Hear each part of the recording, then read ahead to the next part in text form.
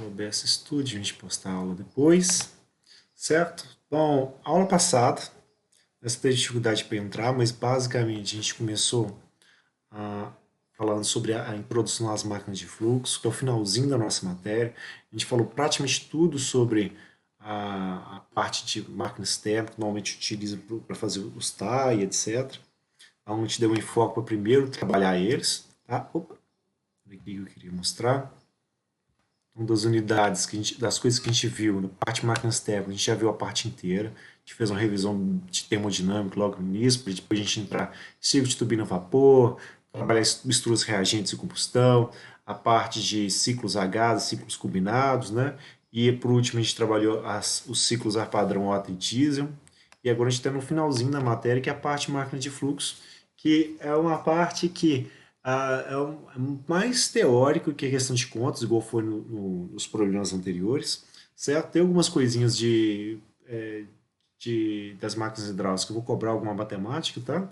Mas boa parte da matéria, né, ela é mais teórica mesmo, porque a gente está mais voltado para o princípio de funcionamento do que da parte do dimensionamento desses equipamentos, tá? Porque não é o enfoque da disciplina, tá? Porque trabalhar bombas, turbinas, etc., para a gente entrar na parte de como que o fluido escoa ao redor dela vai criando as forças de sustentação, etc., ela é, vamos dizer assim, ela é uma disciplina em si, certo? Então a gente fica mais atento aos efeitos e às preocupações de ter com o equipamento, como que a gente faz a seleção, mas não a parte construtiva deles, tá?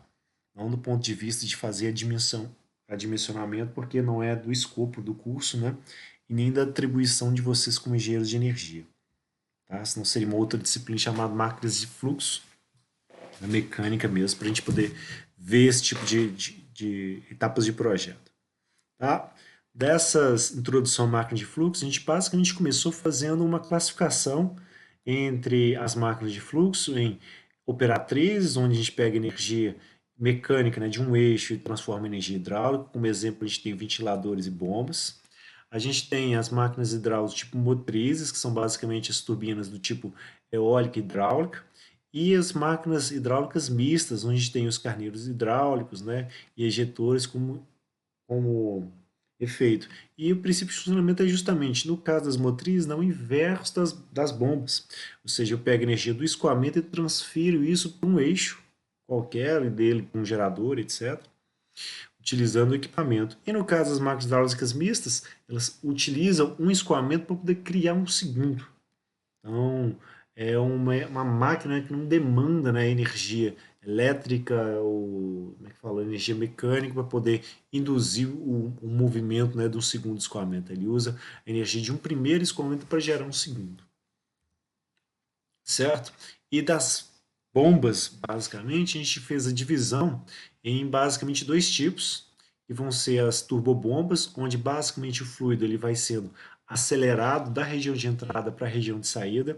E quando isso acontece, a gente vai ter um aumento da energia cinética, da energia de pressão do escoamento, e aí cada turbobomba desse tipo aqui vai ter uma geometria que vai reclassificar ela em função do tipo de rotor que a gente está utilizando, que tipo de como é que fala? Que tipo de aplicação que a gente vai ter em função de vazão e altura manométrica, cada uma delas vão fornecer para a gente. E a gente tem as bombas de deslocamento positivo, onde basicamente elas trabalham criando, né, compressões e expansões que vão ser politrópicas, tá? Ou seja, vai exibir uma relação entre pressão e volume, né, elevada a 1, que vai ser uma constante. Então, quando a gente tem na região de entrada, como é que fala? Os elementos móveis da bomba, né, se movimentando, a gente vai ter a formação, né, de uma câmara aqui, ou seja, o volume dessa região vai acabar aumentando. E aí, como não tinha massa, vai reger uma pressão aqui, ó, que seria zero. Então, o fluido que está aqui na região de entrada, ele vai sendo succionado para essa posição, e depois ele vai sendo encaminhado entre o elemento móvel, né, para a região de saída. Nessa região de saída, a gente vai ter uma geometria contra outro volume aqui nessa região de saída. Vai diminuindo, vai tendendo a zero, então a pressão vai subindo. E quando ela fica maior que a pressão da tubulação de recalque, ela empurra o fluido para ela. Então, basicamente isso. É um princípio de funcionamento com base basicamente de compressões e expansões, certo? Suscetíveis, né, que vão aparecendo. A gente viu na aula passada os vários, né, tipos de bombas que a gente tinha, viu tudo em vídeo, etc. Cada um deles funcionando. Falamos sobre interação entre o fluido, né, e a geometria, para dizer que para umas, né, maior espaço, que quer dizer que maior nível de material em suspensão que a gente pode trabalhar, e com mais apertadinho, né, maior a tolerância entre uma geometria e outra, a gente vai ter menos a possibilidade de trabalhar com materiais em suspensão. Então, cada um deles com um tipo de efeito. Então, aqui as rotativas das máquinas volumétricas, a gente tem também as alternativas. A gente mostrou esses pistãozinhos aqui de ação única, mas também tem os pistões de duplação, etc. Certo? Falamos sobre vantagem de uma em relação à outra, o fato de ser autoescovante, onde que trabalha com maior eficiência, coisas do tipo. E depois a gente entrou na geometria das turbobombas, onde a gente falou, né, dos tipos de rotores que são mais comuns. Então, a gente tem para as bombas centrífugas, tá? Rotores que eles podem ser fechados, semiabertos e abertos. Cada um deles vai trabalhar com maior nível de particulado ou menor, certo? E aí a eficiência hidráulica desses rotores, né, vai ser menor para ele ser aberto, o maior para ele ser mais fechadinho, em função das possibilidades de ter recirculação do fluido, certo? E é basicamente uma realidade, né, do tipo de fluido de trabalho.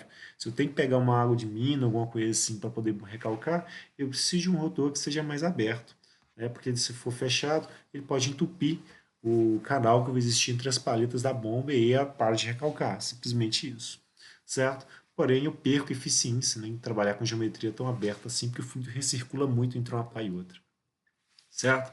A gente também tem outros rotores para bombas que não são centrífugas, né, no caso, rotores axiais para bombas axiais, rotores helicoidais, que são como é que fala?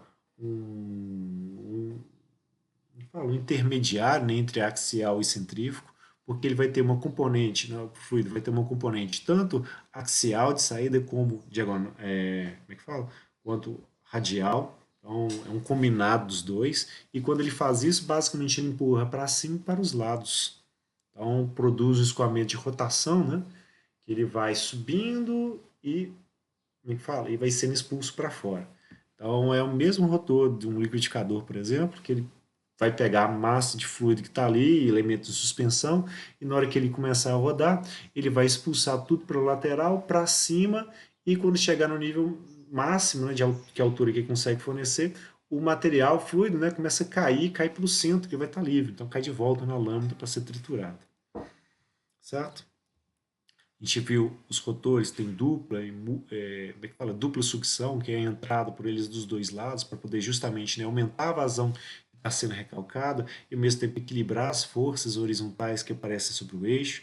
A gente viu também exemplos, né, de rotores multicelulares, ou seja, com vários rotores, né, em série, que aí o escoamento que passa por um vai ser direcionado para o próximo, e assim eles vão aumentando, né, a altura manométrica que a bomba consegue fornecer.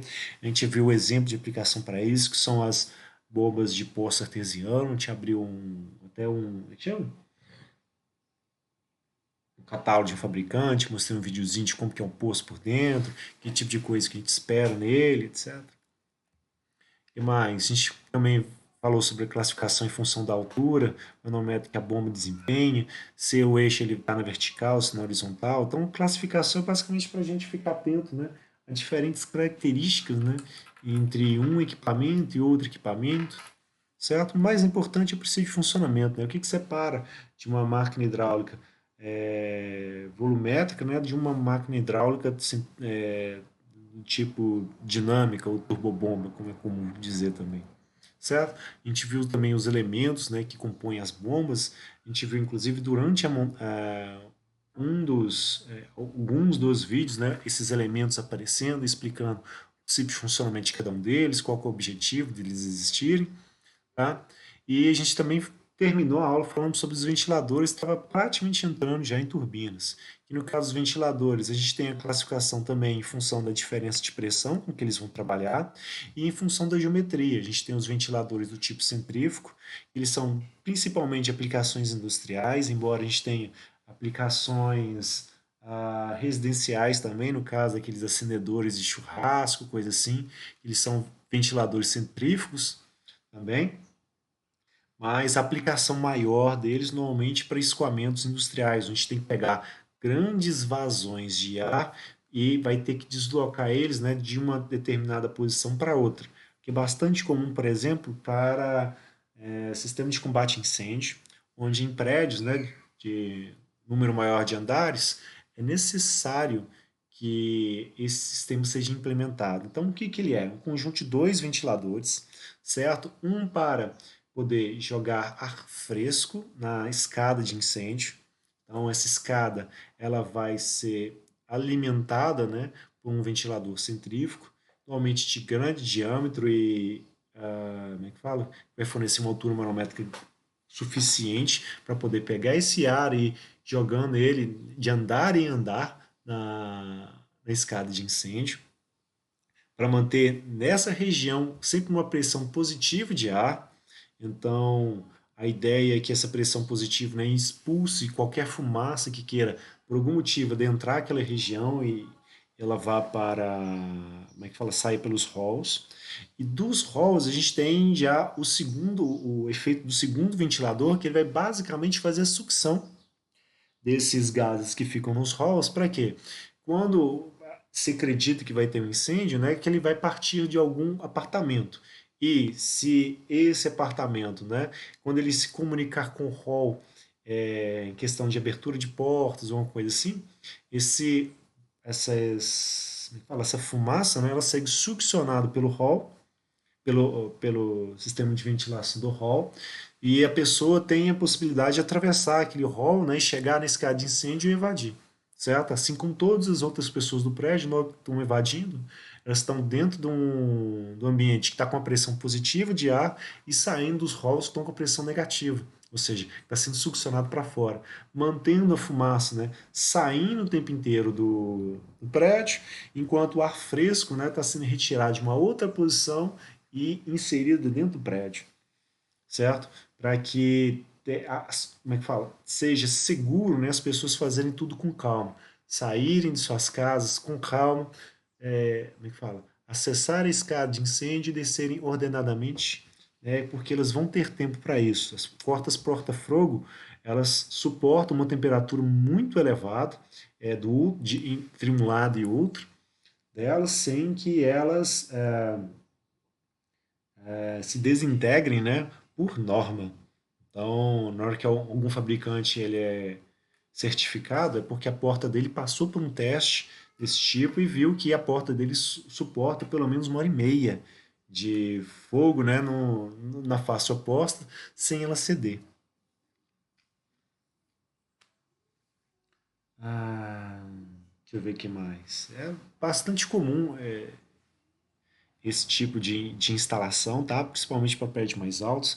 É comum, inclusive, que até nas escadas de incêndio a gente tenha recuo para cadeirante, para que em momento de pânico, etc., muita gente não está acostumado fala, prestar atenção no treinamento que a brigada de incêndio é obrigada a fazer, e a brigada de incêndio é composto por a administração do condomínio mais condôminos, tá? E na hora que faz os treinamentos, vai ter gente que desespera, etc., vai querer passar correndo, e o deslocamento de cadeirante ele fica bastante prejudicado nesse sentido, que alguma pessoa mais apressada pode querer derrubar ele, etc. Então, você tem reentrâncias na escada de incêndio justamente para o cadeirante, né, se posicionar ali, esperar que as outras pessoas desçam, etc., quem está mais apressado, para ele depois poder descer, seja com a ajuda dos próprios condôminos, né, ou algum parente, alguma coisa assim, pessoa que more com ele, ou então, né, no caso do próprio bombeiro ir lá fazer o resgate, certo? Porque ele vai estar seguro, né, pelo sistema de proteção. Por norma, pelo menos deveria funcionar assim. E da geometria, né, desses centrífugos que vão dar maior altura manométrica e menor vazão para os ventiladores, a gente vai evoluindo para outras geometrias, geometrias axiais, como os ventiladores que a gente tem na casa da gente, etc., para simplesmente fazer circulação de ar de um ambiente para o outro. Então, ele basicamente não altera, não dá praticamente nada de altura manométrica, ele basicamente acelera o fluido que está antes dele para a posição que está depois dele, certo? Baseado basicamente no movimento da pá dele, que vai criar uma força de sustentação sobre as partículas do ar e deslocar elas. Então, é um tipo de rotor que tá, ele é para movimentar, ele não cria gradientes de pressão para poder vencer grandes alturas manoméricas. Então, um ventilador de ambientes axiais, tá? Exaustores e coisas do tipo estão nesse tipo de classificação. E entre uma e outra, a gente tem geometrias intermediárias, que elas vão perdendo, né, a quantidade de vazão que elas vão poder fornecer para ganhar em altura manométrica, certo? Então, de ventiladores tem muitas coisas. E aqui alguns modelinhos, né, que eu mostrei na aula passada, sobre tipos de ventiladores que são ventiladores centrífugos, ou seja, tem esse formato aqui de par, ou como é que fala, esse deslocamento, né, do ar entrando axial e saindo radial, só que em diferentes formatos para as pás. A gente tem pás retas, a gente, como é que fala? Pás radiais retas, ou seja, estão no sentido do raio, são retas. A gente tem pás curvadas, que elas podem estar voltadas para trás ou para frente, e posso ter pás retas, né, inclinadas para trás, certo? Dependendo do tipo de campo de operação que aquele ventilador vai ter. Que para um ou outro eu vou favorecer, às vezes, vazão, como o caso das pás inclinadas para frente, ou curvadas para frente, perdão, e o nível de ruído para esse tipo de ventilador aqui é menor, certo? Só que a eficiência dele é menor que esses pás curvados para trás, certo? Então, cada tipo de pá, né, tem um comportamento distinto. Aí a curva do equipamento, né, que vai dizer para a gente como que ele vai comportar. Mas normalmente tem comportamentos esperados para cada um deles. Tá? E aí, vamos ver se chegou mais gente, que foi justamente onde a gente parou.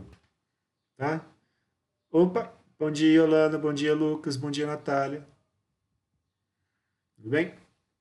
Agora, depois da breve revisão que eu fiz com a Bruna aqui, vamos seguir para a parte onde a gente parou. Bruno, o material tá no Teams, tá? E ainda não postei a aula de ontem no YouTube, mas como é que fala? Daqui a pouquinho eu devo colocar ela, tá? A gente não hoje, mas amanhã já é possível que eu coloque. É só porque eu espero juntar mais um pouquinho e colocar, porque demora, certo? Então tem que ficar vigiando. Então, para turbinas, tá? Ela é uma máquina hidráulica tipo motriz, ou seja, ela pega a energia, né, de um escoamento e aproveita ela para poder, ou transforma ela em uma energia mecânica, que pode ir para um eixo para realizar algum tipo de tarefa, ou então para um gerador direto, onde vai produzir energia elétrica, certo? As turbinas, elas podem ser classificadas de várias maneiras. A primeira que a gente vai ver é justamente em função do grau de reação. Esse grau de reação basicamente é a energia potencial do escoamento que está sendo aproveitada pela turbina, né, pela energia total que o escoamento teria, certo? Ou seja, se sobre a turbina a gente tiver uma diferença de pressão entre a entrada e saída dela, e ela estiver aproveitando parte dessa energia, né, para a produção de energia elétrica dela, ela vai ter algum grau de reação e vai ser chamada de turbina de reação. No caso bem específico da turbina Pelton, ela não aproveita nada da energia de pressão. Então, é uma turbina que a gente chama de turbina de ação, certo? O R para ela vai ser zero. Para as outras turbinas todas, a gente tem um certo grau, né, de energia de pressão sendo aproveitada,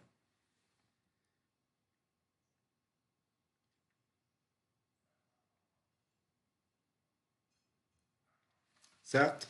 Então, as turbinas de ação, né, elas têm um grau de reação zero, ou seja, a energia aproveitada é praticamente zero, que é o caso da Pelton, mostrando aqui a geometria dela, que tem esse tipo de característica aqui. Ela é composta basicamente por várias conchas que vão estar conectadas em um cubo, né, que vai estar, por sua vez, conectado ao eixo que vai para o gerador, certo? Essas conchas, elas são bicôncavas, elas têm aqui um secto central que vai receber o jato de água e vai dividir ele em dois, certo? E uma vez que ele for dividido, ele vai ser redirecionado para trás ou por um ângulo próximo, né, de 180 graus em relação à entrada, certo? Depende da vazão, depende do ponto de, como é que fala? Do ponto de ataque, né, do jato sobre a posição desse septo. certo? As turbinas também são classificadas de acordo com a direção, né, que o fluxo toma. No caso dessa turbina Pelton aqui, o jato ele vai incidir tangencialmente, né, ao eixo de rotação dele. Então, conforme o jato incide sobre as conchas, né, eles vão criando uma força sobre a turbina, certo? Que vai ser perpendicular ao eixo de giro. Então, a gente vai ter um torque aparecendo para a gente, certo? E um outro detalhe para a gente é esse efeito aqui das conchas. As conchas delas na pontinha, ela tem um chanfro aqui, um recorte, que é justamente para facilitar a transição do jato entre uma concha e outra. Se a gente tivesse uma borda aqui cheia, na hora que o jato atingisse a borda, ele ia direcionar o jato para qualquer direção. Como fala? Para qualquer direção e não numa direção específica, como o restante da concha. Então, seria um problema onde você teria, né, um efeito de aceleração a mais ou a menos sobre o eixo. A gente teria como se fosse um pequeno tranco, né, nesse efeito de acelerar mais ou menos, que aí não conseguiria manter a rotação dela fixa, ficaria oscilando em torno de algum valor, né, sempre que atingisse a ponta da concha, a gente ia ter uma perturbação na rotação dela. Além disso, ia perder eficiência, já que como é que fala? O jato não direcionaria o fluxo diretamente para trás, certo? E deixa eu ver o que mais. É uma turbina que trabalha muito bem quando a gente tem quedas elevadas e baixas vazões, certo?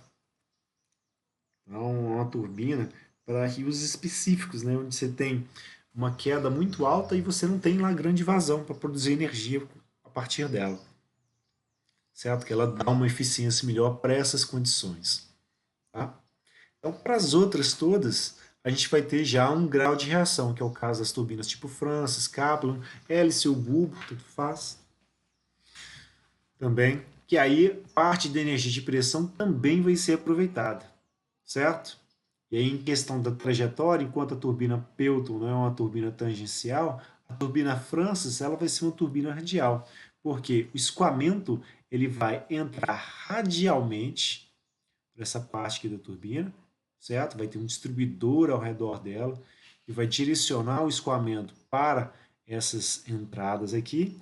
E o que vai acontecer é que a palheta da turbina ela vai alterar o estado de movimento do escoamento para que ele saia axialmente. Nessa mudança, né, do sentido da velocidade, a gente vai ter uma variação de pressão que vai induzir, né, escoamento, como é que fala? Que vai alterar a pressão entre a entrada e saída do fluxo, certo? Sobre a turbina, isso vai basicamente dizer que vai aparecer uma aceleração dela em função dessa energia que vai ser alterada no escoamento. Então ela vai aproveitar a energia de pressão dele.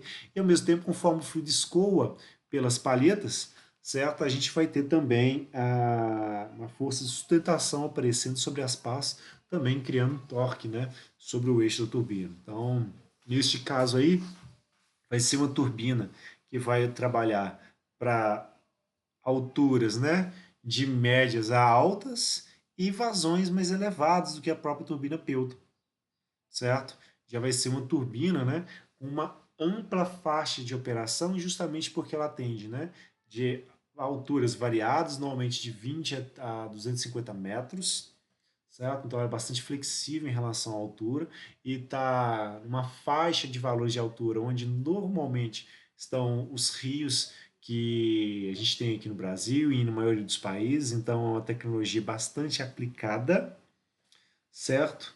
E deixa eu ver o que mais. Hum, e uma turbina que a gente tem que tomar um pequeno cuidado com ela. Como ela trabalha com uma vazão elevada, certo? E ela aproveita parte da energia de pressão, a pressão não pode ficar muito baixa na saída dela. Então, é necessário que a gente fique atento, né, às velocidades de saída, porque se a pressão fica muito baixa, a gente entra numa região que é a região de vaporização do fluido, ou seja, uma condição de operação onde o estado de equilíbrio do fluido não é como líquido comprimido, ele fica como líquido mais vapor, certo? E essas bolhas de vapor de água que vão sendo formadas na turbina, quando elas vão se deslocando de uma região de menor pressão para uma região de maior pressão, ou seja, menor pressão aqui na saída, maior pressão aqui, o que vai acontecer é que elas vão sair daquele estado de equilíbrio novamente, né, de condição de líquido mais vapor e vão para a condição de líquido comprimido de novo. E quando elas fazem isso, elas implodem. Essas bolinhas vão lá e se esmagam. Quando isso acontece, a gente vai ter o aparecimento, né, de ondas por efeito dessa implosão, que essas ondas vão basicamente atingir a superfície, né, do rotor e vão erodir ele, certo? Em questão de erosão, tá? Esse tipo de turbina aqui ele sofre muito com esse tipo de efeito. Por quê? Ele tem uma área muito grande de contato entre o fluido e a superfície, e com velocidade elevada, né, na passagem do fluido, a gente vai ter, como é que fala, um arrasto muito grande sobre a superfície, né, das palhetas. Por isso que construtivamente elas são quase que espelhos de tão rigorosa, né, a tolerância sobre a superfície deles, certo? Então, uma qualidade de acabamento aqui maior, justamente para a gente não ter o efeito arrasto.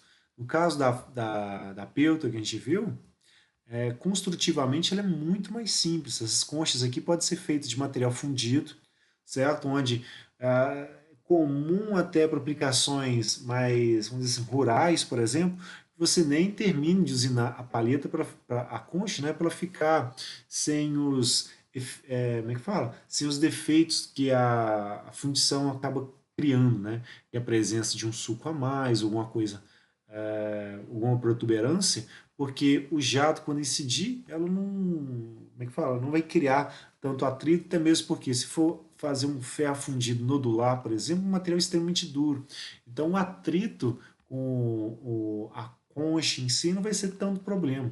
E mesmo se uma concha dessa vier a, vamos dizer assim, a ter uma corrosão do septo aqui, por exemplo, não estiver mais desviando a água da maneira correta, você pode simplesmente vir e substituir aquela concha que sofreu o maior tipo de perda, etc., ou conjunto de conchas. Então a manutenção dele é muito simples de ser feita, certo? E no caso da França aqui não. Quando vai corroendo, ela vai perdendo espessura de parede, a maneira que é feita a manutenção dela é basicamente você preenchendo aquela região que foi erodida com solda, né? E depois lixando. Então, é um processo muito mais caro, certo? Corre o risco de empenar as palhetas em si, certo? E demanda bastante tempo. É uma turbina que você não vai retirar ela da instalação para poder fazer manutenção, certo? Enquanto a Pelton, a fixação dela é tudo fixação, como é que fala? Fixação não permanente. Ou seja, é por parafuso, porca, etc. Como é que é o nome? Chanfros, etc., utilizando para poder fazer, para poder tirar e colocar com facilidade. E nessa aqui não, as pás são todas fixas, elas são soldadas, né, nesses anéis superior e inferior dela. Então é muito mais complicado você fazer uma substituição de uma pá. Normalmente você vai e restaura a pá anterior, que é um processo demorado. Tá? Então, no caso da turbina Francis, né, a gente tem esse escoamento radial, é uma turbina que trabalha bem para alturas de média, né, a maiores, e vazões mais elevadas que a própria turbina Pelton. No caso da turbina Kaplan, né, para a gente tem basicamente um escoamento que através dela vai ser um escoamento radial. Ela vai ter o mesmo efeito, por exemplo, né, de um rotor de barco ou de um ventilador. Ela vai aproveitar basicamente a velocidade que o fluido vai estar passando, né, sobre as pás para criar uma diferença de velocidade entre a face superior e inferior da pá, para criar uma diferença de pressão, e essa diferença de pressão vai criar força de tentação que vai fazer com que essas pás, né, elas sejam aceleradas perpendicular, né, ao centro de giro delas. E fazendo isso, a gente vai ter a produção, né, da energia elétrica num gerador qualquer. Então, o distribuidor, que vai estar ao redor desse elemento aqui, ó, ele vai basicamente direcionar o fluxo para poder chegar aqui na turbina, Aqui o que a gente está vendo é basicamente as pás desse distribuidor, que elas são utilizadas para regular a vazão. Tá? No caso da Francis, né, essa turbina aqui, o distribuidor ele tem o mesmo formato, só que ele fica, como é que fala? Diretamente sobre essa região de entrada aqui, enquanto na Kaplan o distribuidor ele fica um pouco, como é que fala? Um pouco acima, né? Aqui que a turbina está invertida, né, na posição dela de operação, mas ela fica um pouco distante, né, das pás, porque quando o fluxo vier por aqui sendo direcionado, ele vai mudar de direção e vai passar aqui, ó, axialmente, né, a turbina em si, certo? Então, esse elemento aqui das pás do distribuidor, eles são móveis e essa abertura, né, não é individual, a abertura é de todos eles ao mesmo tempo, para evitar que exista uma região onde tenha menos escoamento que outra, certo? E no caso da cápsula, a gente tem uma particularidade que a pá dela também é móvel, quer dizer que ela pode ser reorientada para ficar mais aberta ou mais fechadinha, de acordo com o nível de vazão que vai estar passando. Isso porque, quando a gente fala em turbina, a operação delas ela está atrelada à operação do gerador. Então, o que, que acontece? O gerador, por sua vez, ele tem que atender a demanda da rede. A nossa rede aqui no Brasil é 60 Hz. Então, ela tem uma frequência, né, de que tem que ser mantida fixa. Então, o gerador ele não pode ficar lá 58, 59, 62, 63, tem que ficar muito próximo de 60, com um ripple bem pequenininho. E aí, o que, que vai acontecendo? Já que a rotação do gerador ela é fixa, né, e a rotação da turbina, por sua vez, vai ter que ser fixa também, o que vai acontecer é que, para fazer o controle, né, de qual a rotação que a gente vai ter na turbina, a única variável que a gente vai ter vai ser justamente a vazão, certo? Que a gente vai regular, né, pela abertura e fechamento desses distribuidores aqui, certo? E para essa turbina Kaplan, né, fica trabalhando com uma faixa de valores, né, mais ampla, com maior eficiência, ela tem esses ângulos aqui, ó, móveis. Então, quanto mais inclinado, menor vazão vai acabar trabalhando, quanto mais aberto, maior vazão, para poder manter a eficiência dela, certo? Então, é uma turbina bastante interessante do ponto de vista construtivo. Ela é mais cara justamente por esse feito de ter duplo controle, né, de abertura das válvulas, etc. E o que ocorre é que esse sistema de controle tem que ser malha fechado. Como é que fala? Tem que saber, né, o sistema tem que saber qual que é a posição atual da palheta, qual que é o histórico, né, de posições que a palheta pode ter, que vão dar maior eficiência para determinadas vazões, que uma vez conhecida a vazão, o próprio sistema fala, olha, então o ângulo melhor que a gente vai ter vai ser um ângulo tal, aí vai lá e reposiciona a pá para aquela condição, certo? Isso é o que a gente tem sobre a Kaplan. E é uma turbina, né, de fluxo axial, como já falei, e vai trabalhar com quedas menores, tá? Ou seja, baixas quedas com vazões grandes. E a gente tem também a turbina tipo bulbo, que em relação à Francis, a diferença que a gente vai ter vai ser que as pás deles vão ser pás fixas, certo? Vai trabalhar praticamente com desvio de altura praticamente nulo, então não vai ter diferença de pressão aqui suficiente para poder recorrer, por exemplo, a algum tipo de efeito de captação, alguma coisa assim. Certo? É comum que a turbina seja tão grande que aqui próprio, dentro dessa ogiva na qual são fixadas as paletas, né, a gente tem o próprio gerador, certo? Ou seja, ele fica dentro, né, dessa ogiva. Enquanto e por não ter essa possibilidade de movimentar as pás, né, vão ser turbinas que normalmente são utilizadas em usinas de base, porque elas têm que ser mantidas com a mesma vazão. Turbina tipo bulbo, né, ela tem um ponto, né, de máximo na curva de operação dela, que ele é um ponto muito restrito. Então eu não posso transitar muito ou variar, deixar que a vazão varie muito, porque senão a eficiência dela cai rapidamente. Então, uma turbina que a gente acaba com mais detalhe. Certo? Então, no caso da turbina Pelton, o que a gente vai ter?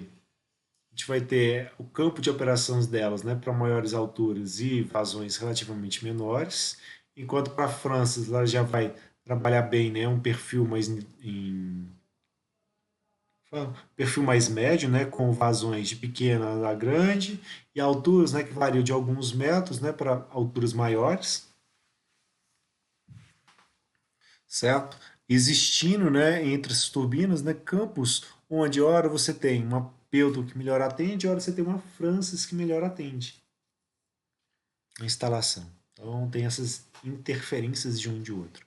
Depois a gente tem a Kaplan, né, que é para trabalhar com alturas menores e maiores vazões, certo? E por último você tem a Bulb, que vai trabalhar com vazões maiores ainda sem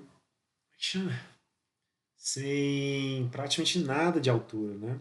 Você vê que o início aqui do gráfico ele está com 2 metros de altura, mas é ponto de aplicação ainda para a turbina bulbo. Então o desnível para ela não é tão importante assim, ela precisa de vazão, que é a vazão que vai dar a força de sustentação que vai fazer com que a turbina gire, certo? Isso é dessa apresentação. O material que está com vocês. Tá? Aproveitando que eu estou falando de turbinas já aqui, eu vou entrar na 6.3, porque não interessa a ordem para a gente nesse momento, cada uma dessas apresentações aqui é individual nelas, mas trabalhar de turbina eu acho mais interessante que entrar na parte de bombeamento. Tá? Alguma dúvida até aqui, gente? Vocês querem que eu tire?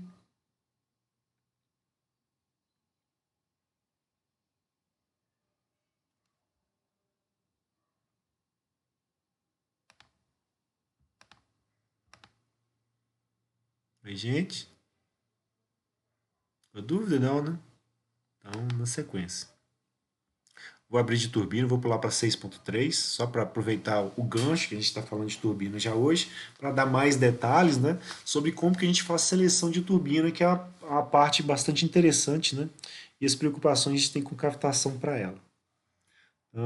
Opa, essa é outra aula. Máquinas de fluxo, tá aqui, tá? Turbinas.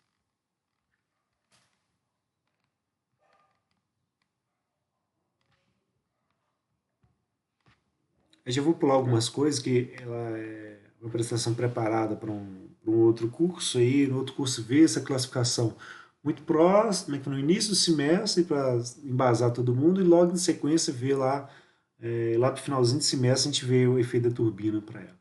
Então, para evitar esse ter que falar tudo de novo, né, duas vezes para cada turbina, vou focar nas partes que interessam para a gente, tá? Mostrando aqui a classificação das turbinas de novo, né, em turbinas de ação, onde para a Pelton a gente tem praticamente nada de energia potencial aproveitada, só energia cinética, e para as outras a gente vai ter a modificação, né, do sentido de movimento do escoamento, isso vai fazer com que exista, né, um aproveitamento, né, da energia de pressão, certo? Além da energia cinética que o fluido vai ter. E em função da trajetória que o fluido vai ter na turbina, a gente tem as radiais, perdão, as tangenciais, que é o caso da Pelton, a radial, que é a Francis, e as axiais, que são a hélice e a Kaplan, ou Bulb e Kaplan, tanto faz. Certo? Aqui um desenho mostrando o sentido, né, de escoamento para a gente, na Francis, né, na Pelton e na Kaplan, certo? E para fazer a seleção da turbina, basicamente o elemento que a gente usa é a velocidade específica, né, que ele pega, né, a rotação, que é um parâmetro normalmente que vai ser designado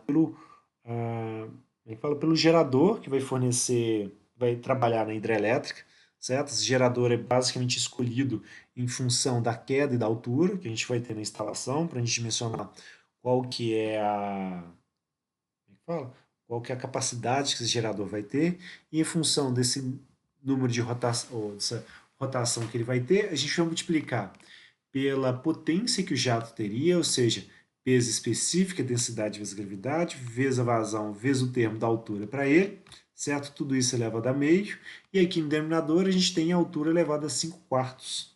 Então, como expoente da altura aqui, ó, no denominador é maior que no numerador, que aqui é meio e aqui é 5 quartos, né? A altura, né, responde mais ao denominador que ao numerador, tá?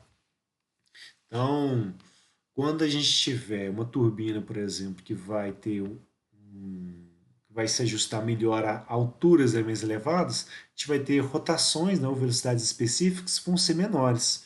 Quando a gente tiver é, turbinas, por exemplo, que vão responder melhor à vazão, certo? Que só existe aqui no numerador, a gente vai ter uma velocidade específica, né, maior. Então, existe uma tabela que vai basicamente dizer, né, de quanto até quanto, né, de uma questão da rotação específica, que a gente faz para selecionar o tipo de turbina que a gente vai trabalhar.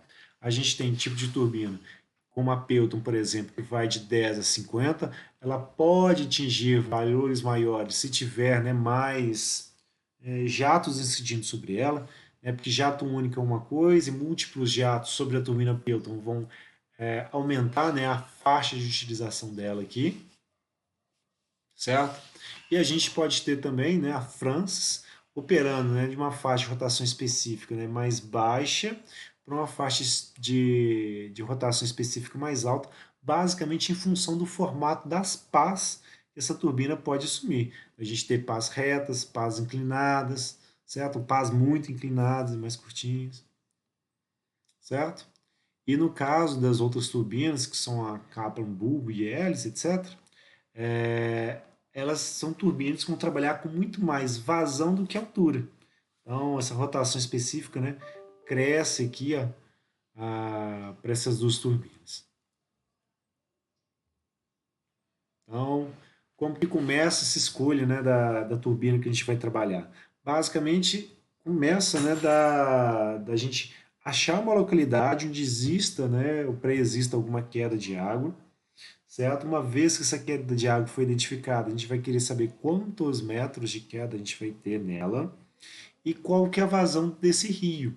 A vazão desse rio ele tem que ser acompanhada ao longo de alguns anos, certo? Por que isso? Porque a gente tem ao longo do ano variações que são sazonais, né? A gente tem períodos de chuva, períodos de estiagem, né? Períodos intermediários entre um e outro, coisa do tipo, né? Que é o esperado para as zonas tropicais, etc. Ou intertropicais, como eles. Aliás, tropicais, né? Principalmente. Intertropical não varia tanto. Mas é preciso conhecer, né, como que é a vazão do rio ao longo do ano e ao longo de vários anos, porque às vezes você pode estar pegando informações, por exemplo, onde você está, na verdade, num período de estiagem mais longo, chovendo menos, né, naquela localidade do que deveria estar chovendo, certo? Mesmo que seja a estação das chuvas, porque naquele ano você vai ter uma chuva, né, proporcionalmente menor que em outros anos. Então você vai acompanhando isso, né, ao longo do tempo e ficando preocupado, né, com a tal de cheia centenária. O que é isso? De repente você tem uma zona de convergência muito forte, né, sobre aquela região, fenômeno que acontece muito ocasionalmente, não é, como é que fala? Algo que se vê de 5 em 5 anos, de 10 em 10 anos, é algo que vai acontecer uma vez a cada 50 ou 70 anos, uma coisa do tipo, certo? E pode ser um acúmulo muito grande de água. E nesse caso tem que dimensionar tudo direitinho para que a instalação, né, da hidrelétrica ela suporte aquela vazão da água do rio, porque ela não pode, né, ser superior ao que a hidrelétrica consegue, né, deixar passar, certo? Porque senão você sobrecarrega a barragem e ela rompe, certo? O papel da barragem ele é múltiplo. Tá? Ele não só vai ficar servir como acumular a água, como regularizar a vazão do rio também, certo? Fazendo com que durante o tempo da estiagem, né, você consiga fornecer uma vazão maior, porque você vai estar usando a água que está estocada na barragem, certo? O que permite, né, que populações que dependam dessa água, né, tenham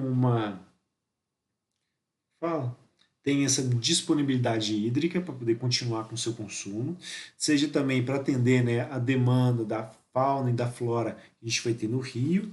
E o que mais?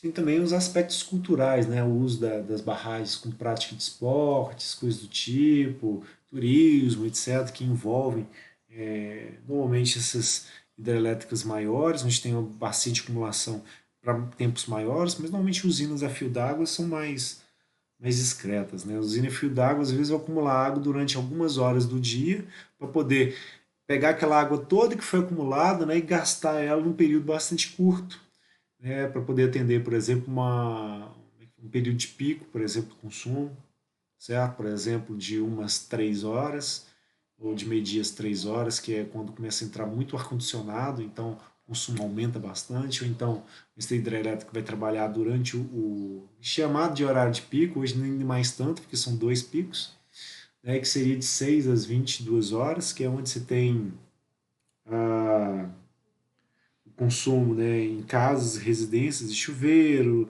iluminação, etc. Então, isso afeta a curva de consumo para a gente. Tá? Então, é importante a gente conhecer para a instalação da turbina, né, qual que é a vazão disponível ao longo do ano e ao longo dos anos, certo? Qual que é a queda, né, daquela instalação, qual que vai ser a rotação da turbina, que vai ser dimensionado em função do produto da vazão pela altura, que vezes o peso específico daria potência para a gente do jato, que aí em função da turbina que a gente vai ter trabalhando, ele vai ser adequado, né, essa vazão e essa altura aqui.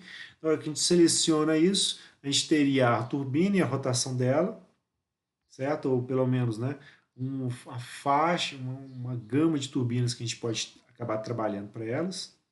Na verdade, não é nem a rotação da turbina, é a rotação do gerador. Fica mais exato.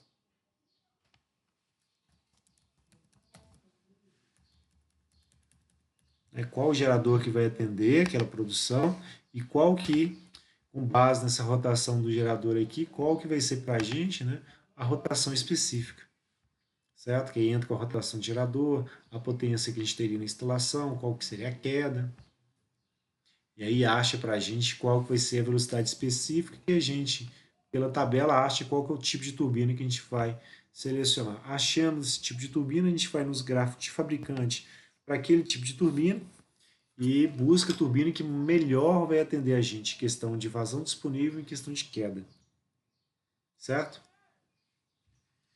Aqui mostrando para a gente o efeito da rotação, que ela está relacionada à frequência da rede, nossos 60 Hz, certo? Ao número de polos que vai existir no alternador do gerador, certo? E uma pequena conversãozinha aqui nesse 60, porque a frequência em Hz, ou seja, 1/segundo, e a rotação que a gente quer é RPM, rotações por minuto, certo? Enquanto a potência gerada para a gente é basicamente a potência útil, que é vazão, altura manométrica vezes o peso específico, né, dividido pela eficiência da turbina, né, e a, como é que fala? Essa 75 que está fazendo para a gente a conversão dele como é que fala? De watt, né, para cavalo vapor.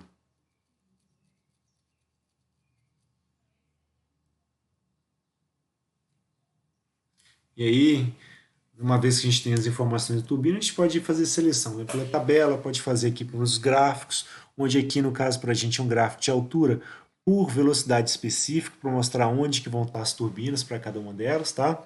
Nota que tem algumas regiões, né, que podem ser atendidas tanto por uma quanto por outra. Aí, uma vez que eu tiver mais de uma opção, eu vou escolher aqui melhor, se adequa a cada uma delas, certo? E vai ter regiões também que só uma turbina acaba atendendo. Então, para alturas muito elevadas, pequenas vazões, só Pedro trabalho. Para grandes vazões, para a gente sem queda, só Kaplan e a hélice que trabalham. Para um valor médio aqui, a gente vai ter a França, por aí vai. Certo? Outra opção para a gente poder fazer a seleção é a altura em função da vazão. Pode dar aquele gráfico, né, que a gente viu em área, igual a gente está mostrando aqui, ó, ou um gráfico onde vai mostrar para a gente a posição onde uma turbina opera, onde que um conjunto de turbinas pode estar operando, que é uma interseção, né, daqui da Pelton com a França, a gente está vendo aqui, depois embaixo só a França, depois uma interferência entre França e Pelton, ou Kaplan, tanto faz, oh, perdão, entre Kaplan e França, e aqui embaixo só a Kaplan ou Bulbo, para poder trabalhar, certo? Um gráfico em área para eu demonstrar esse tipo de coisa. E aí vim falando de cada uma delas com aquelas vantagens e desvantagens que a gente já tinha dito antes, no iníciozinho, né? o tipo, onde que ela opera, o tipo de rendimento que ela vai ter, a construção dela ser mais robusta. A gente tem uma corrosão muito menor em função do tipo de material que a gente usa para fazer a construção, tem uma infraestrutura ao redor da turbina que é muito mais leve, muito menos onerosa que as outras turbinas.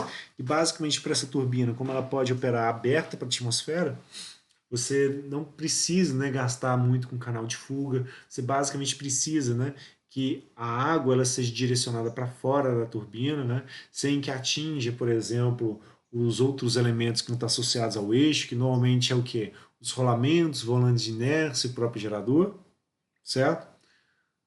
Ah, que mais? Manutenção e regulagem dela é super simples, é só basicamente você pegar uma concha que esteja danificada e substituir ela, certo? É mais comum, inclusive, que você tenha um problema na barragem do que na pelto, certo? Principalmente para pequeno porte, que aí você, às vezes, tem uma instalação que ela é rural, e aí, conforme a chuva atinge, né, o terreno ao redor da barragem, você tem problemas de entupimento, né, com matéria orgânica que desceu e acabou entupindo o canal de forçado, né, para a turbina. Ou às vezes você tem pedras, elementos sólidos que vão vindo e acabam interferindo na operação da turbina de alguma maneira, seja porque eles ficaram retidos e estão estrangulando a área por onde o fluido pode passar, ou seja porque eles são muito pequenininhos e acabaram passando, né, chegando até a turbina em si, e ali eles vão fazer o que uma pedra pequenininha faz, por exemplo, quando é arremessada com grande velocidade contra uma superfície metálica. Vai fazer um pequeno naquinho nele, certo? Às vezes muito pequeno, mas às vezes o suficiente para quebrar a ponta, por exemplo, de um septo, né? Da divisão que a gente tem aqui ao septo central, bifurca, né, uma palheta em relação às outras, certo? Ou pode fazer uma marcaçãozinha aqui, simplesmente, e aí esse sulco criado, né, ele vai iniciar no escoamento e afeta a eficiência e por aí vai, certo? Então, aquelas características que a gente falou, a gente pode fazer uma peça única ou fazer a fundição separada para cada uma delas. É, falando sobre geometria que a gente faz, o motivo do septo, porque a gente usa ele, certo? Mostrando aqui o jato, né? Uma vez que ele incide, ele vai dividir sobre a concha, certo? No caso da Pelton, né, o distribuidor para ela é um distribuidor tipo double, certo? Que basicamente, deixa eu mostrar aqui mais para frente para gente, ele vai fazendo esse tipo de caminho aqui, ó. Ele vem, né, com uma área maior, depois vai afunilando, tá? E você tem, né, os diferentes, né, válvulas do tipo agulha, né, fazendo com que o jato, né, incida diretamente sobre as conchas, né, mais especificamente, né, sobre o septo que a gente tem aqui na concha, certo? E aí, com maior for o direcionamento dele, né, maior vai ser a potência produzida. Então, você acertar aqui e um pouquinho mais para baixo faz diferença para a turbina em questão de aproveitamento. Então, o posicionamento, né, dessas válvulas e a própria geometria delas foi pensado para aproveitar o máximo da energia de cinética que o escoamento vai tendo. Então, o próprio formato da válvula de agulha, que é chama?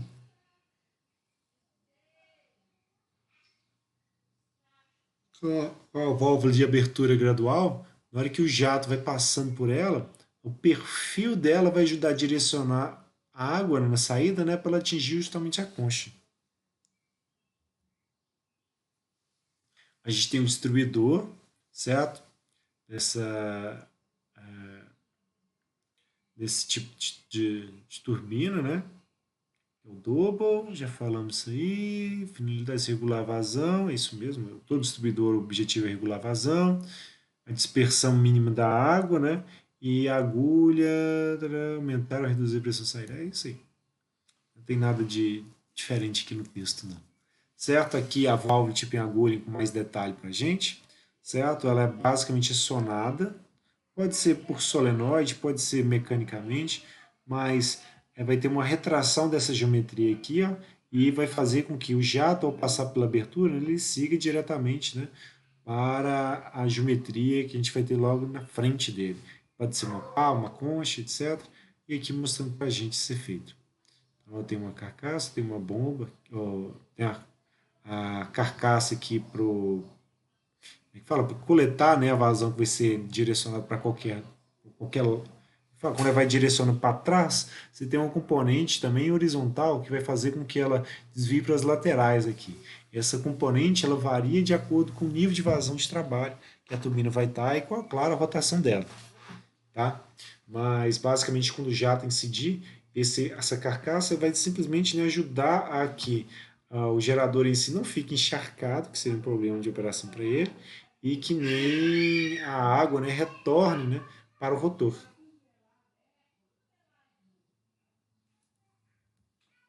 Certo?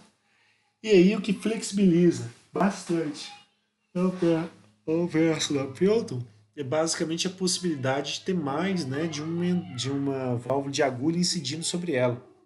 Qual que é a preocupação? Se eu tiver múltiplos jatos, né, o jato de um pode interferir, né, no jato do outro. Então, na hora que eu vou fazendo a associação, né, dos jatos, nem tudo é mil maravilhas. Se eu coloco jato demais, o escoamento de um acaba influenciando o escoamento de outro, a gente pode ter perda de potência importante. Então, para justamente a gente caracterizar, né, essa velocidade específica para múltiplos jatos, para Pelton, o que a gente faz é pegar a velocidade específica que ela já teria, certo? Que multiplicarei pela altura manométrica e pela essa razão aqui entre a potência, né, e o número de potência encontrada e o número aqui z, que é o número de jatos que a gente vai ter. E como essa altura aqui para a gente, ou vamos dizer assim, nesse termo aqui da potência, eu tenho o termo da altura aparecendo para a gente, o que a gente vai fazer vai ser uma pequena simplificação, certo? Em função de quem é a altura, quem que é o H4, e aí a gente chega numa expressão que vai basicamente depender para a gente, né, da rotação do gerador, né, e do número de o número de bocais que a gente vai ter na turbina. Então, se tiver uma turbina com dois bocais, né, que é o exemplo que está dando aqui, seria um raiz de 2 aparecendo aqui para a gente. Então a rotação dela de trabalho ela vai ser duas vezes, né, a rotação que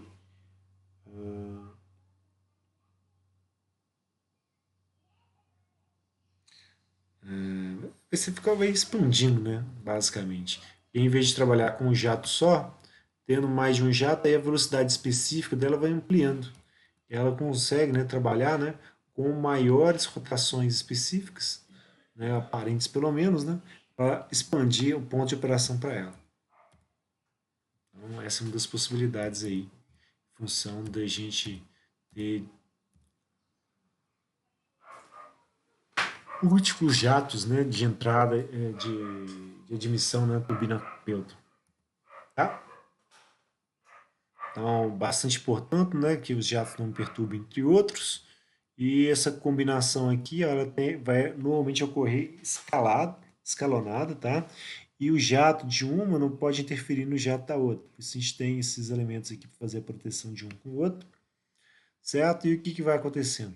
Quando eles estiverem girando, eles vão produzir a potência deles sobre a turbina, certo? E construtivamente ela tem esse formato, né? O tubo que começa grande vai diminuindo, e em cada uma das saídas a gente vai ter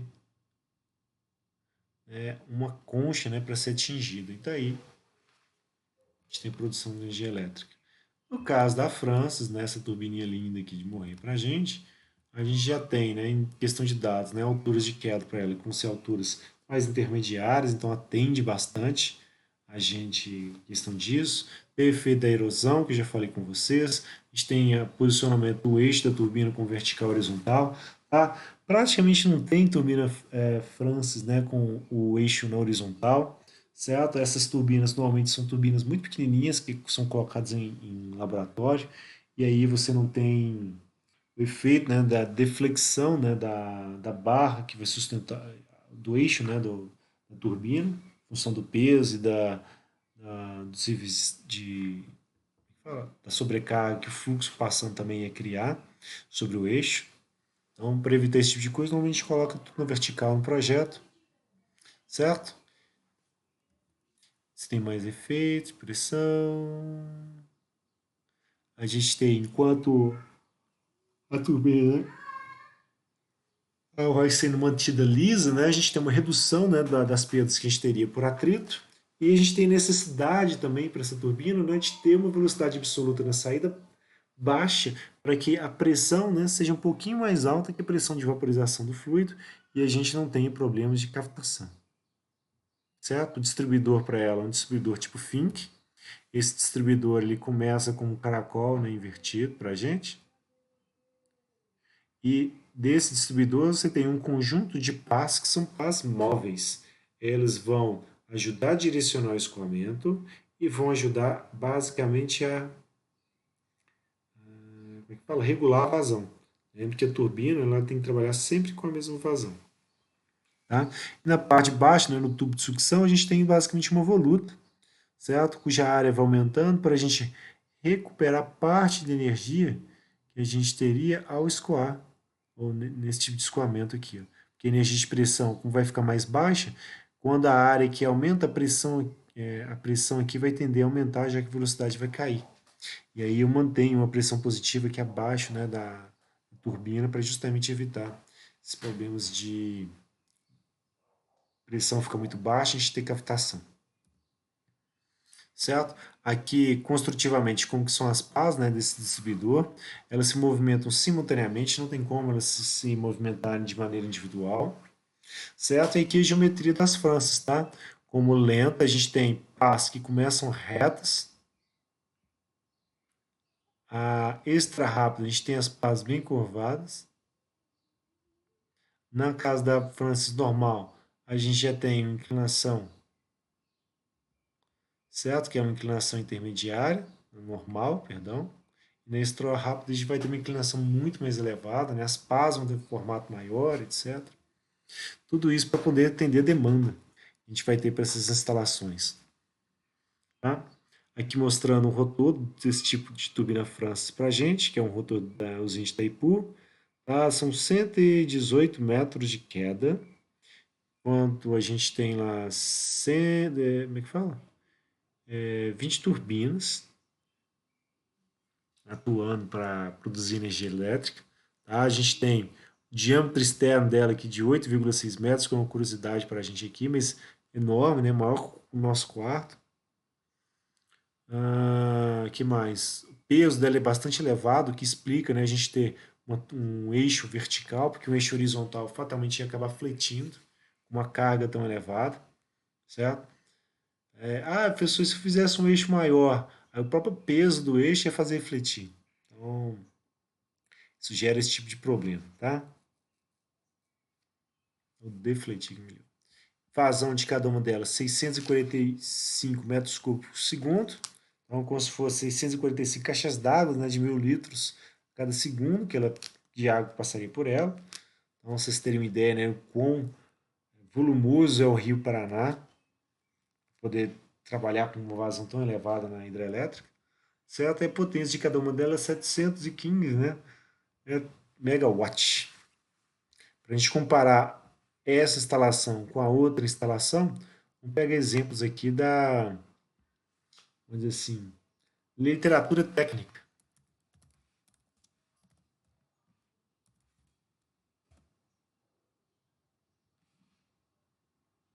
Vou pegar a Wikipedia aqui primeiro, tá? Pá, pá, pá.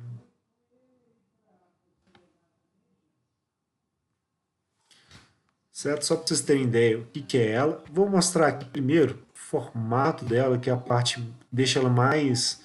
Uma das características que deixa ela mais interessante, tá? Ela é uma usina que está, como é que fala?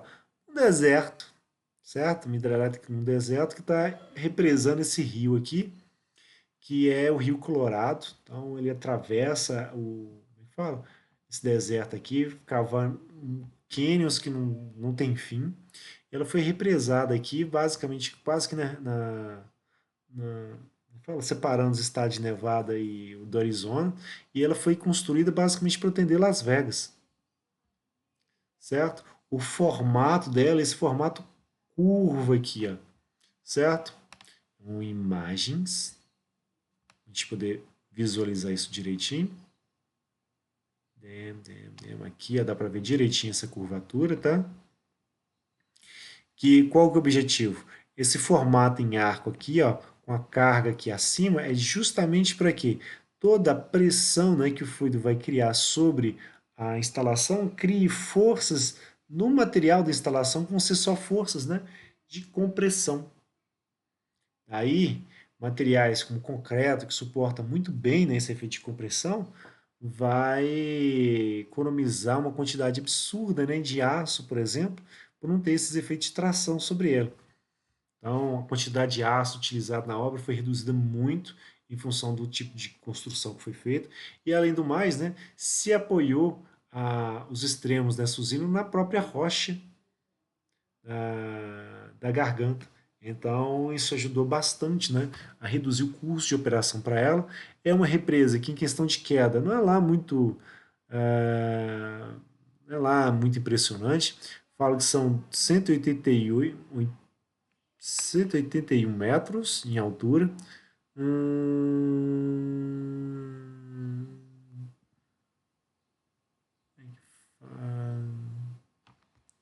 em inglês é Hoover Dam.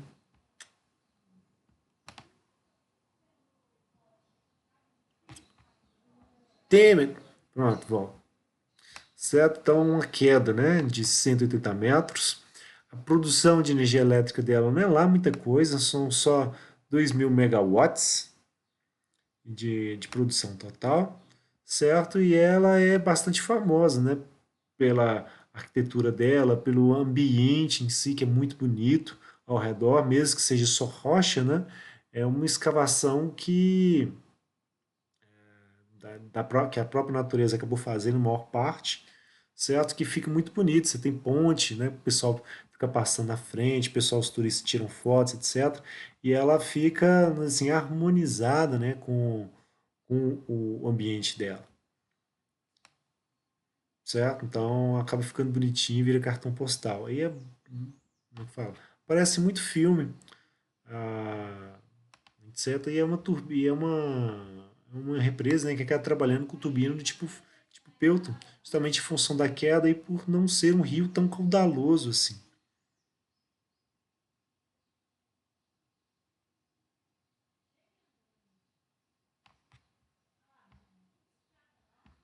certo? Para Pelton, para Francis, nossa,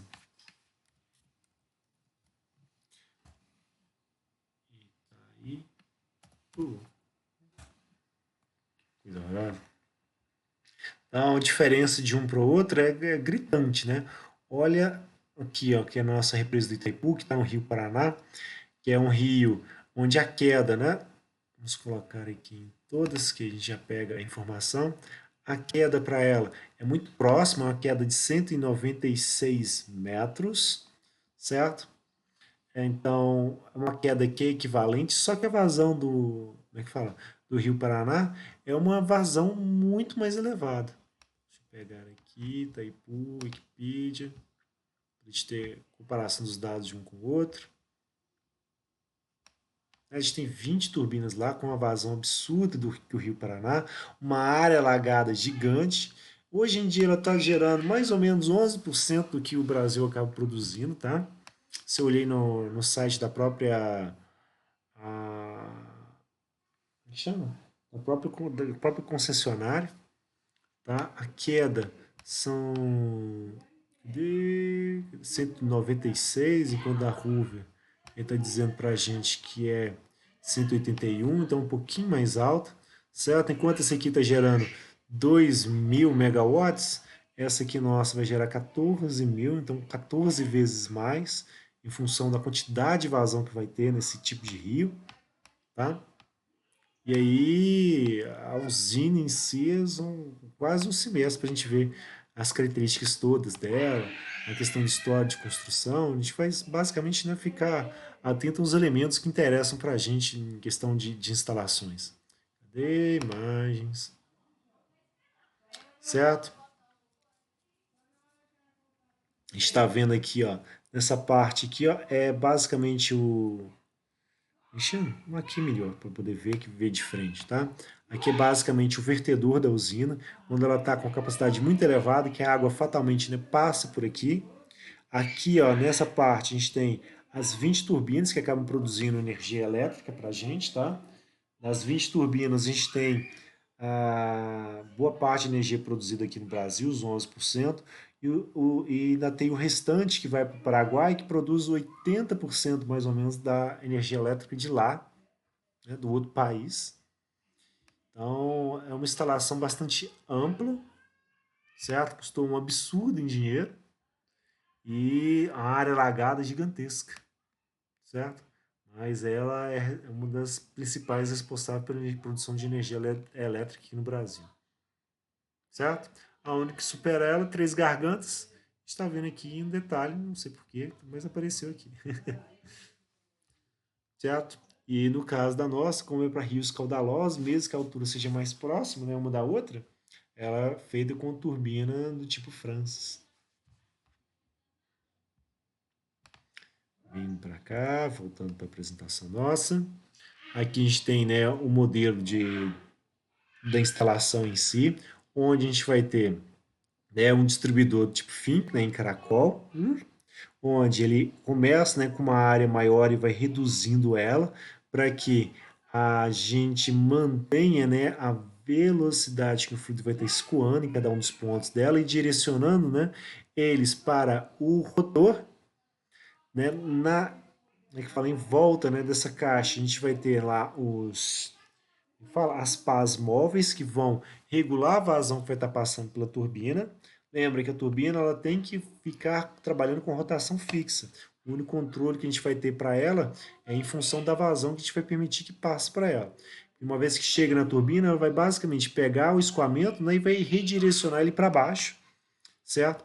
Sendo que a gente, né, tem esse elemento aqui na parte de baixo que está, né, a utilização dele é parcialmente, né, direcionar o escoamento e parcialmente também ocupar espaço aqui. Porque como é uma região onde o fluido não passa, certo? Essa região central aqui do rotor, é, haveria a possibilidade, né, de bolhas de vapor de água se acumularem nessa posição aqui, e aí, quando essas bolhas saírem daqui para qualquer posição, elas implodir e aí danificar a turbina, também por erosão, certo?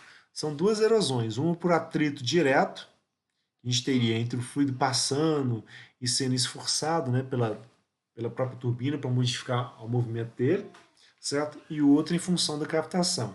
Esse da captação é uma... A gente vai ver um exercício depois que a gente vê a parte de instalações hidráulicas sobre como que a gente avalia a captação em turbinas, tá? É muito parecido com como a gente avalia também em bombas.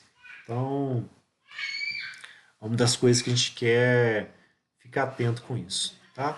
E o difusor que está aqui na saída, que é basicamente o que a gente chama de voluta também, ele tem esse efeito de ir aumentando a área do escoamento para que a pressão aqui na saída da turbina fique maior e a gente não tenha o efeito da captação, tá? Então, no caso das turbinas do tipo hélice ou Kaplan, né, a gente vai trabalhar com quedas menores ainda e mais vazões, certo?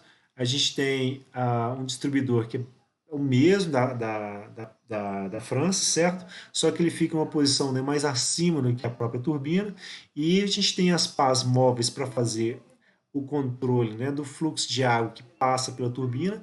E na própria turbina a gente tem as pás móveis para que, em função da razão, da vazão, a gente regule, né, a eficiência, ou como é que fala? Regule o ângulo da pá para que ela aproveite o máximo de energia do escoamento. Então, isso vai fazer com que, por exemplo, né, a cápsula, quando ela estiver operando, né, ela tem uma faixa, né, de pontos de operação bem maior do que as outras turbinas, porque a variação da vazão dela que a gente teria como é que fala, ao longo da operação, conforme as pás vão compensando esse ângulo, a gente não tem uma queda tão brusca, né, da eficiência dela em função do ponto de operação. Você vai estar trabalhando com 40% da carga, você vai estar trabalhando com 100% da carga, né, a eficiência não varia tanto. E isso vai ocorrer bastante, né, para Francis e principalmente para o tipo bulbo, né, porque essas turbinas, como elas têm o mesmo princípio de funcionamento da Kaplan, tá? Só que com as pás fixas, o ponto de operação para ela é um ponto muito fixo. Eu não posso sair daqui. Então é o que a gente entende como usina para turbina turbina, né, para usina de base. Ela vai operar numa condição apenas, não vai ficar operando em outras condições, senão a gente perde o rendimento dela e aí é a água que foi embora, certo? As turbinas tipo hélice, que a gente está mostrando aqui agora, é basicamente o mesmo efeito da Kaplan, só que as pás não são móveis mais, certo? Então toda a regulagem de vazão para ela vai ser feita por esse tipo de distribuidor aqui, ó, vai estar ao redor dela, sem aproveitar, né, a movimentação aqui da Kaplan, certo?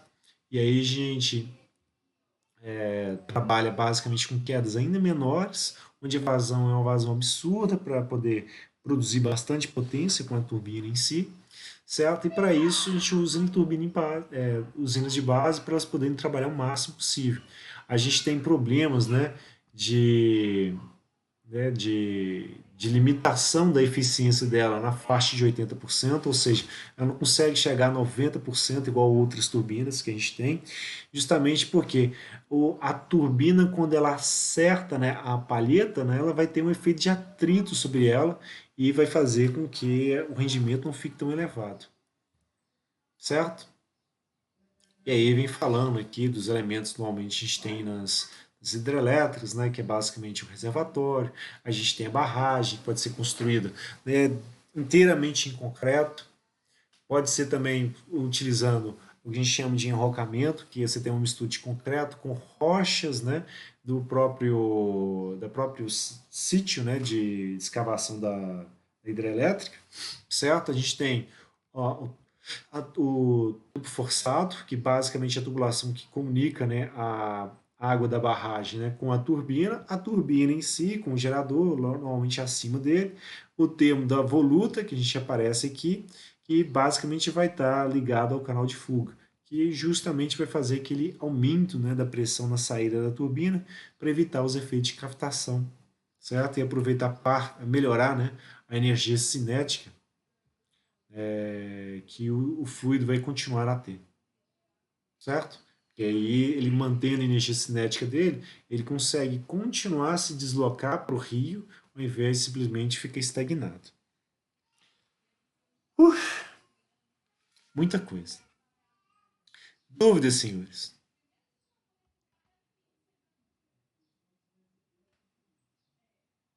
Não vamos fazer exercício hoje não, porque demanda um pouquinho mais de tempo. É interessante que a gente veja a parte de instalações de bombeamento primeiro, para a gente entender algumas características sobre captação, para a gente poder fazer exercício com esse tipo de turbina, tá? E a gente está indo para os finalmente da nossa disciplina, tá? Então, atenção a todo mundo. Alguma dúvida na apresentação? Algum detalhe que vocês precisam ou que querem ver para utilizar no TAI? A respeito de turbinas, alguma coisa nesse sentido? Não, a gente vai olhar essas turbinas agora. Se chegar alguma dúvida, eu aviso. Entendi. Então, se alguém já estivesse utilizando ou fazendo um dimensionamento deles para o TAI, né, já seria interessante que chegasse com algum tipo de dúvida, né, que eu já chegava já preparado para poder tirar elas, certo? Na hora de fazer seleção, coisa assim, que normalmente é uma parte mais delicada mesmo, certo? E diferente de bomba, tá? Turbina, a gente não tem tanto fabricante que deixa as curvas das turbinas, né, liberadas para a gente poder fazer, como é que fala, o dimensionamento dela certinho, etc. A gente fica muito limitado, né, ficar trabalhando com as velocidades cinéticas, as velocidades específicas.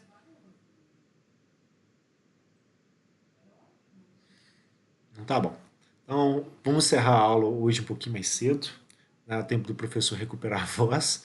E semana que vem a gente entra na última apresentação de slide, que é de instalação de bombeamento, que lá já está a matéria relacionada à captação, que vai mostrar como que a gente vai posicionar, né, não só as bombas, né, do circuito hidráulico, mas também das turbinas, que é a mesma expressão provém da equação de Bernoulli. A gente só tem que ficar atento às condições de operação de uma e de outra que vão ser diferentes. Tá? Então, vamos encerrar aqui a nossa aulite para as gravações.